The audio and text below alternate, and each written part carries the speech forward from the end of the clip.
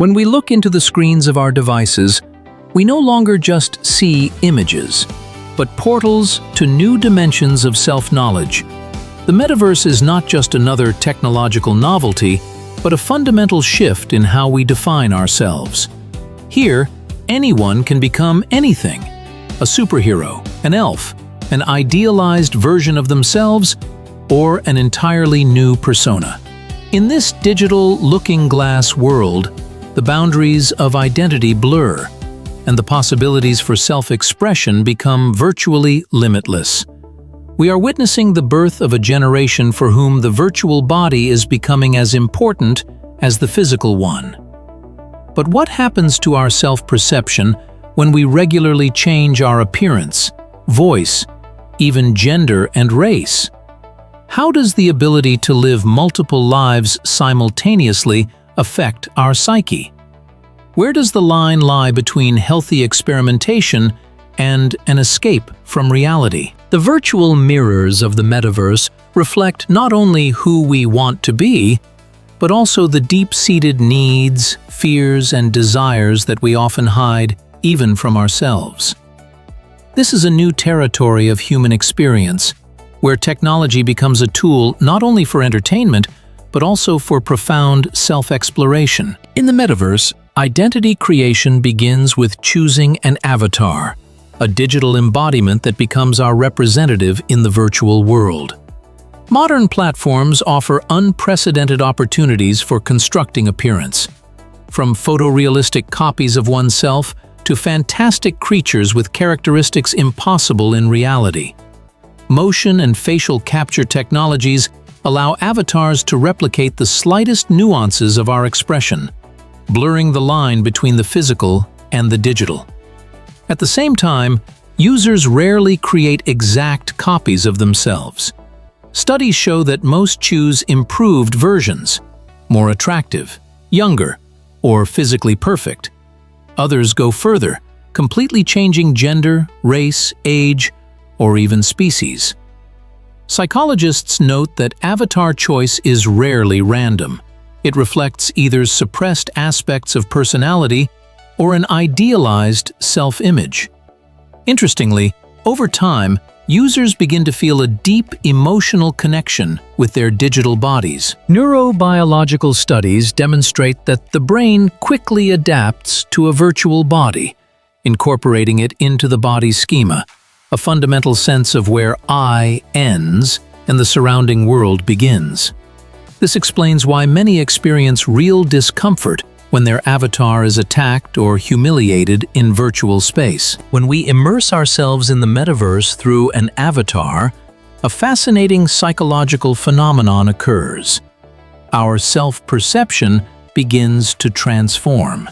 Scientists call this the Proteus effect, named after the ancient Greek god Proteus, who could change his form. Its essence is simple.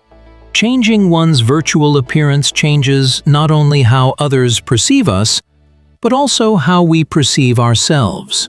Experiments show that people using attractive avatars become more sociable and confident.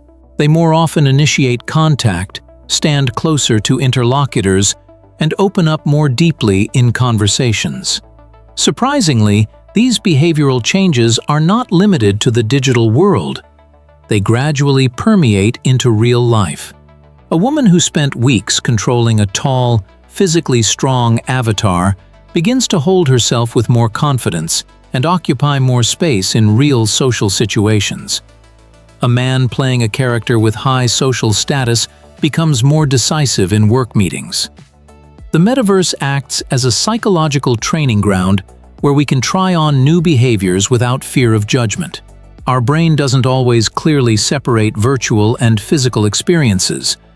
At a neural level, success in the digital world activates the same pleasure and confidence centers as real achievements. However, there's a downside. Constant use of idealized avatars can intensify dissatisfaction with one's physical body.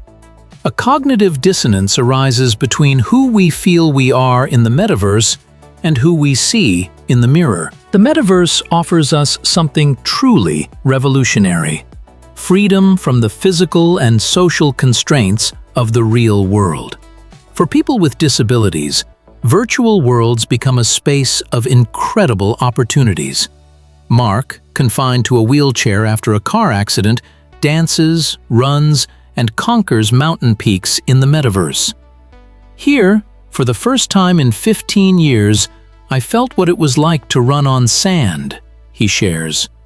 His virtual experience so profoundly impacted his self-esteem that in real life, Mark began to participate more actively in social events, and even founded a community for people with disabilities. The Metaverse also becomes a space for emotional rehabilitation for those suffering from social anxiety. Lisa, a 22-year-old student with a severe form of sociophobia, learned to hold conversations and stand up for her opinions through her confident avatar. I started with simple phrases in virtual cafes, and now I can speak in front of a digital audience, she recounts. Psychotherapists are actively utilizing this potential, creating controlled virtual environments to work through phobias and traumas. Patients with post-traumatic stress disorder gradually recreate traumatic situations in a safe digital space, gaining control over their reactions. Virtual identity becomes a bridge between a limited present and a possible future. For many, this is not an escape from reality, but a step towards it, an opportunity to develop qualities that are then transferred into the physical world. Research shows that 70% of users report increased confidence in real life after regular experiences of successful social interactions in the Metaverse. This is a kind of personality laboratory where we can safely experiment with different aspects of ourselves, finding the traits we want to develop in reality. Behind the vibrant colors of virtual worlds lies a disturbing reality. A growing number of people for whom digital escapism becomes a form of addiction. Marina, a 32-year-old accountant, admits, "At first, I spent a couple of hours a week in the Metaverse. Now, at least 6 hours daily. My virtual persona is more successful, beautiful, and happier than my real self."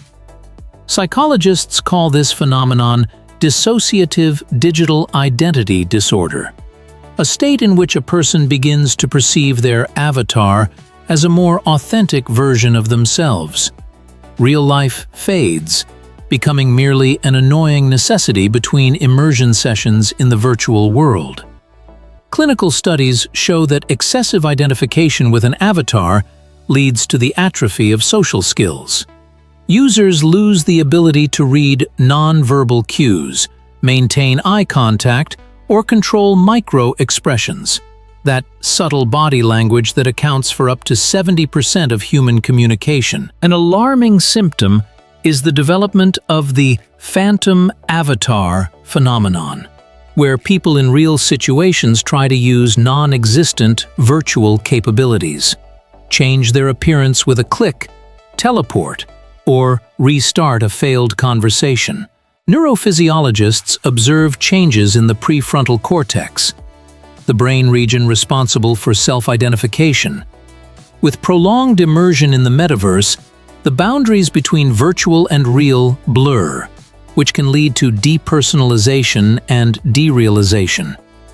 Adolescents are particularly vulnerable, as their identity is still forming. For them, escaping into an idealized virtual persona becomes a tempting alternative to the painful process of growing up and self-acceptance. Anna had always been a quiet, shy girl who preferred to stay in the shadows. A 27-year-old designer from St. Petersburg, she possessed talent but lacked the courage to show it to the world. In meetings, she sat silently, though ideas swirled in her head. In social gatherings, she remained unnoticed, though she yearned for connection. "It was as if I was trapped in a cage of my own fears," she recalls. Everything changed when a colleague invited her to a new Metaverse project for designers. Creating an avatar, Anna did something she would never have dared in reality. She chose a vibrant image with fiery red hair, expressive makeup, and daring clothes. I named her Phoenix. It was me, but without the fear of being judged. The first few days in the virtual space were a revelation. Anna Phoenix boldly expressed her opinions on design forums, joked, and met colleagues from all over the world. I felt a strange freedom, as if I had shed a heavy backpack. No one knew about my shyness, and I could be who I always wanted to be. A month later, something astonishing happened. Phoenix's confidence began to seep into Anna's real life. At a work meeting, she proposed her idea for the first time. Her voice trembled, but she managed. 2 months later, she was calmly defending her concepts to clients. I started noticing that I would ask myself, how would Phoenix act? And I would do just that. Mikhail, a 32-year-old programmer from Moscow, always considered himself an ordinary man. He never thought about gender issues until he delved into the metaverse. It started as a joke, he recounts. Colleagues created female avatars for some virtual event, and I decided to join. What began as a prank turned into a deep exploration of his own psychology. The first few days in a female avatar were a revelation. I was struck by how differently people treated me, Mikhail recalls. Men were more attentive and helpful, but at the same time, they took my ideas less seriously. He noticed that he himself unconsciously changed his behavior, spoke softer, smiled more often, listened more attentively to interlocutors. After several weeks, the experiment moved to a new level. Mikhail created a well-developed persona, Marina, a 30-year-old interface designer. He immersed himself in this image daily, communicated in female communities, and even made virtual friends. I began to notice things that were previously invisible, he shares. For example, how often women are interrupted in conversation or have obvious things explained to them. The most unexpected aspect was the impact on his real life. Mikhail became more empathetic, learned to better read the emotions of his interlocutors. A new understanding emerged in his relationship with his girlfriend. I literally experienced the other side and now see situations through her eyes, he explains. Psychologists note that such experiments can be useful for developing empathy, but warn about the danger of blurring one's own identity. It's important to remember that this is an exploration, not an escape from oneself, emphasizes psychologist Elena Sorokina. Mikhail agrees. I didn't start to consider myself a woman, but I became a more complete person, integrating qualities that I previously suppressed, considering them unmasculine. Dmitry Sokolov was the embodiment of success. At 35, he headed a growing IT company, lived in a spacious apartment in the center of Moscow, and raised 2 children with a loving wife. His photographs graced business magazines, and his meeting schedule was booked months in advance. But behind the facade of prosperity lay a growing emptiness. I felt like an actor in someone else's play, Dmitry admits. Every morning I put on the mask of a successful businessman, husband, father. But inside there was only fatigue and a feeling that the real me was lost somewhere. His first immersion into the metaverse happened by chance.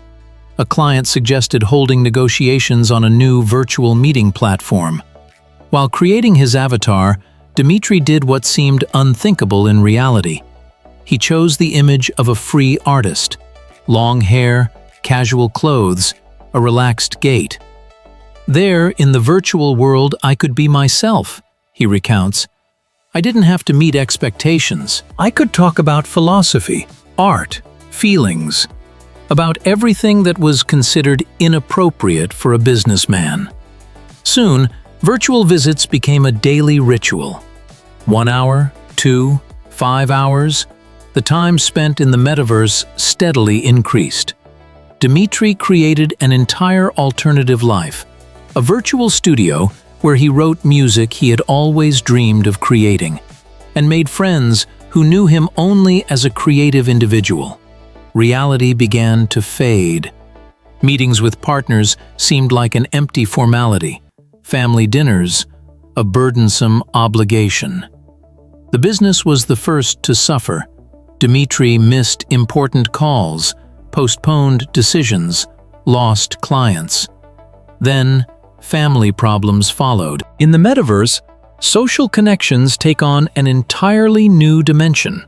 Our virtual identities become bridges, connecting people across digital spaces.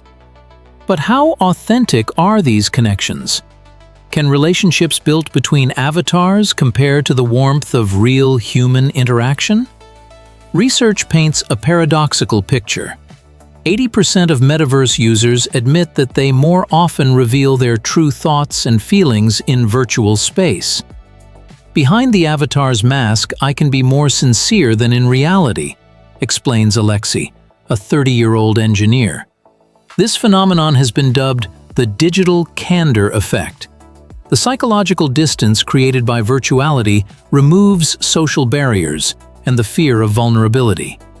However, a new problem emerges: multiple identities. A person can maintain different personas in various virtual spaces. Being a strict leader in a business metaverse, a creative experimenter in an art community, and a carefree adventurer in a gaming environment. Which relationships should be considered real if the interlocutor constantly changes identities? I fell in love with a girl I met in a virtual art world, says Sergey. We communicated for months before meeting in reality. It turned out that her real personality was very different from her avatar. But the strangest thing is, I continued to love both versions of her. Psychologists note the formation of a new form of emotional intelligence, the ability to perceive a person through all their digital manifestations, seeing a holistic personality behind multiple masks. This skill is becoming a key social attribute of the metaverse era. Finding a balance between virtual and real identity is one of the key challenges for everyone immersing themselves in the metaverse. Psychologists offer several practical strategies to help maintain mental equilibrium in the era of digital twins. The first and most important principle is mindfulness. Set clear time limits for staying in the virtual world, advises neuropsychologist Irina Volkova. Use timers and regularly take breaks to return to physical reality. The digital grounding technique involves simple transition rituals, touching real objects, a short walk, or breathing exercises after exiting the metaverse. This helps the brain to readjust and return to the body. The second key principle is integration, not escapism. The virtual personality should complement the real one, not replace it. Use the qualities of your avatar as a resource for development, recommends psychotherapist Mikhail Labkovsky. If you are bolder and more sociable in the metaverse, gradually transfer these qualities to real life. It is useful to keep a journal of observations, noting which traits of the digital self you would like to develop in your true self. The third principle is maintaining authenticity. Experiments with identity are valuable when they help us understand ourselves better, not run away from ourselves.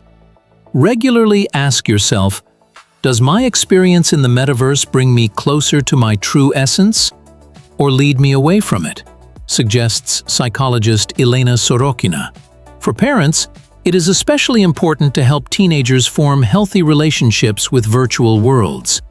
Joint discussion of metaverse experiences, open dialogue about the influence of avatars on self-perception, create psychological safety. Ultimately, the metaverse can become not a threat, but a tool for personal growth, if we learn to use it consciously. The digital self is not a replacement, but an extension of our identity, a new facet of human experience that requires wisdom and self-knowledge.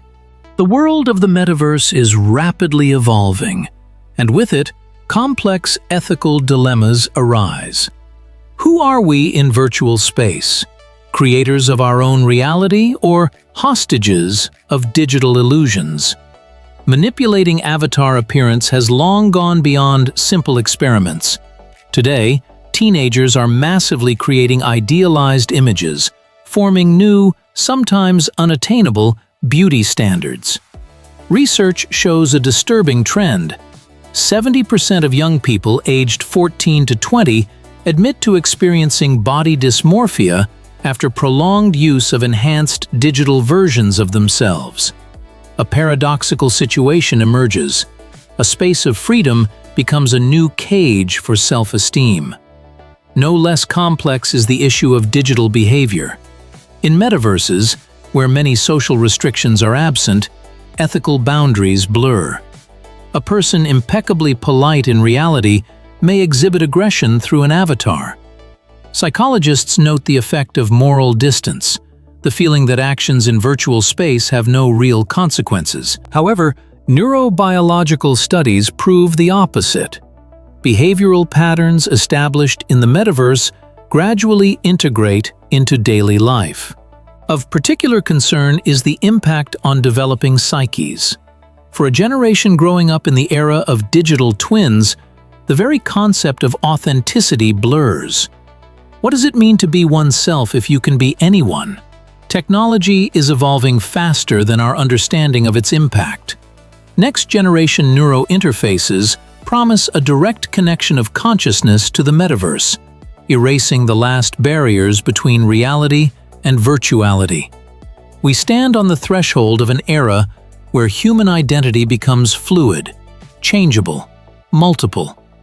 This requires not only new technological solutions, but also a deep reevaluation of what it means to be human in a world of blurred boundaries of existence. We stand on the threshold of a new era, a time when human, digital, and physical existence merge into a single reality. The metaverse ceases to be merely a technological phenomenon and becomes an integral part of the human experience. Our avatars are no longer just pixelated dolls, but full-fledged extensions of personality, influencing self-perception and social interactions. The future of identity is multiple, fluid, layered.